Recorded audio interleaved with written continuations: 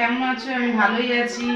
ওদিন ঠিকঠাক ভিডিও দিতে পারিনি, কারণ আমার মেয়ের ভ্যাকসিন ছিল, তাই ঠিকঠাক ভিডিও করতে পারছিলাম না। তোমরা তো জানোই মানে ভ্যাকসিন দেওয়ার ফলে কতটা কষ্ট হয় বাচ্চাদের, এই কারণে ভিডিও করতেও পারছিলাম না। মেয়ে ঘুমিয়েছে, তাই দেখো আমি আজকে ট্যাংরা মাছ করব। ট্যাংরা মাছ ভাজবো না, একবারেই আমি করব। তোমায় দেখো টমেটো দিলাম, একটু ধনেপাতা, এখন তো ধনেপাতার সিজন চলে গেছে, ধনেপাতা ছিল ঘরে, পচেও গেছে, একটুখানি পেয়েছি দেখো, একটু ধনেপাতাও দিলাম। আলুটা ঝিরিঝিরি করে কেটে রেখেছি, আলুটাও দিলাম।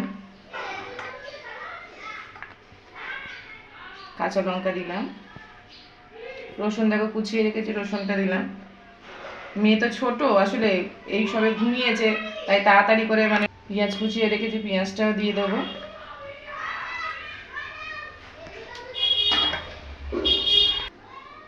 হলুদ গুঁড়ো দিলাম, একটু একটু লঙ্কা গুঁড়ো দিয়ে দেবো, অল্পই দেবো, কাঁচা লঙ্কা দিয়েছিলাম। জিরে গুঁড়ো দেবো। আসলে তাড়াতাড়ি করছি, কারণ এইভাবে করছি, মাছটা ভাজতে গেলে তো সময় লাগবে, যার জন্য আমি একবারেই করে নেবো, সময়টা অনেকটা বেঁচে যাবে। পরিমাণ মতো নুন দিয়ে দেবো। যাদের ছোট বাচ্চা আছে তারা তো জানোই যে একা একা সামলানো কতটা কষ্টের কর। সর্ষের তেল একটু দিলাম, এতে একটু তেলটা বেশিই লাগে, এইভাবে করতে ভালো লাগে খেতে।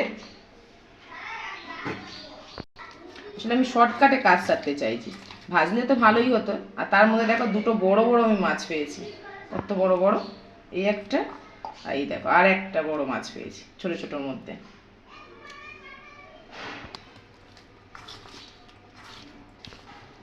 মানে ছোট বাচ্চা থাকলে মানে মারা চায় কত তাড়াতাড়ি কাজ সেরে নেবে, আমিও সেই চেষ্টাই করছি। দেখি তোমার দাদাভাই খেয়ে কি বলে, যে কেমন হয়েছে। এই মাছ দুটো দেখো যেহেতু বড়, এই দুটো আগেই আমি দিয়ে দেবো, তারপর ওগুলো দেবো।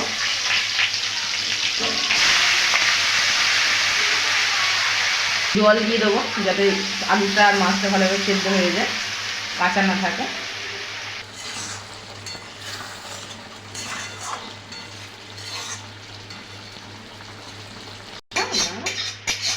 পুরো পরিষ্কার করে